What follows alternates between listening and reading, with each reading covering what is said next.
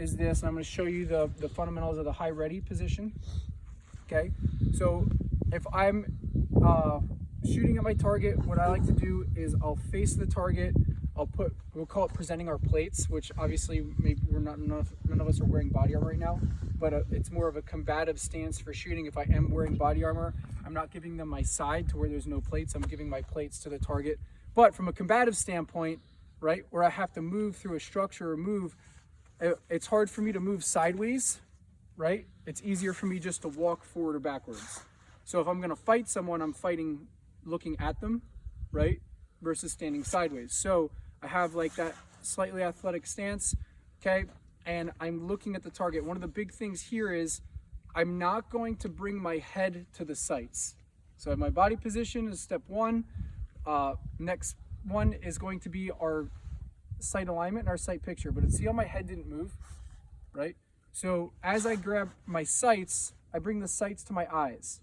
This is really important for combative shooting and for self-defense, because under stress, what we're gonna do is this: you're looking at the bad guy and you're like, oh my God, right?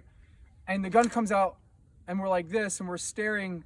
But if we've always done this, where we push out and see how the gun is like the height of my shoulders, my eyes aren't at my shoulder height, obviously, you know, but right, my eyes are higher. Just throwing out the obvious here, because what happens is most of the time people bring the pistol to their shoulder height and they do this. And this is what leads to us going and leaning back, right? Or us doing like the super squat where it's like this, right? Because I have a whole calendar shoot for that. I like that. Right? So that's March. So with this, what we like to do is I look at the target and then I bring the sights to my eye line. So that way, as I'm looking at the target, the sights appear in between me and the threat. My head stays where it needs to be. And then later on, when we put in movement or changing body positions, I've started to work the muscle memory that the sights always come between the threat and my eyes. And it just knows where to be. And I'm never trying to find the sights, the sights find my eyes. Does that make sense? And it'll be way better later on, especially under fatigue and stuff like that. So body position, I find my sight picture, sight alignment, and then in this I'm working my grip.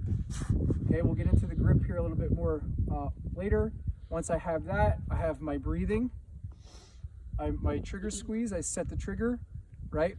And then we'll shoot and we have our follow through, and through the follow through we'll find our sights again, etc. So we'll get into that a little bit more. So if we take this first part with our sights and our body position, and now I'm going to walk on that front sight post and I'm going to bring it back. And now if I'm looking at target 2, as a lefty, the tip of my barrel and my front sight post, as I'm looking at this, is going to sit like this. It's on a slight angle. For you guys as righties, it's going to sit like that, right? And it's like a screen window. I can focus on the screen or I can focus on what's outside. My eye can shift. Does that make sense? So right now I'm looking out the window, but let's say I had to do a magazine change. I look at the screen and then I look out the window. Does that make sense?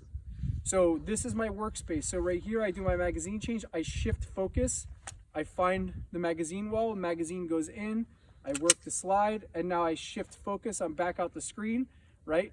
And then when I push out, I still know where this is because it's right here, but it's not blocking my vision. And now it comes up. If the bad guy moves while I'm doing this, I can watch what the bad guy's doing and watch, as if we're a sports analogy, I can see the court. I watch the court. I can't see the court if I'm dribbling the basketball, looking at the ground and staring at the ball. Does that make sense? Right? So I can read the play. I can make educated decisions or assumptions or, be ahead of the game, right? If I can see the court and see what's happening, because I have information to process, which gives me the opportunity to make judgment calls and assessments. So in the shooting range, when we've been doing this on the table and we've been doing our stuff here on the table, I can't see the court, right? So this allows me to see the court, shift focus, and I'm still in. Does that make sense? Okay. So the first drill we're going to do is this. We're going to work this high ready position. And the high ready position I'm going to aim first, get my good shooting position, and then I'm going to come back and I bring the sight so it's just below my eye line, and it's not going to be like this. And the reason why I had it on an angle coming off the 2 is because I'm not going to stand like this with my elbow here tucked into the middle. It'll be relaxed here to the side. So there's a slight angle to it. Does that make sense? I want this to be straight. Okay? If I have to take my hand off to move someone or do whatever, defend myself, whatever it is, I can still shoot this single hand, right? If this is nice and strong. If I make my support hand strong and this is in this position, when I take this hand off, I'm not ready to shoot. So in this case, I now have to readjust anyway. So instead, the support hand is to support, our shooting hand is to shoot, right? So if I'm going to give up one of the 2 in the grip, I'm going to give up the support hand. So all I'm going to do on that as I come back is my palm can relax, and I can keep my fingers right here where they were. Palm relaxes, and I have like a chevron, or like a V upside down, which would be a chevron. You know what I mean? Does that make sense? Triangle. Okay, so from this position, right, this hand is what we call the touch point, so I keep that right here. And now, as I go to aim, I just push back out, and I seat the grip on the way out, and I come back. Seat the grip, and then later on what we'll do is as I'm pushing out and my gun drops into the target, which is already pretty much on the target, right? Then I find my trigger on the way, and I get to here, and right at the end I'm ready to shoot. So instead of, you know, Justin's a golfer, instead of doing the golf technique where we do this, and we see this at the shooting range, right? Because we're not under stress, no one's trying to attack us. Who's seen this one?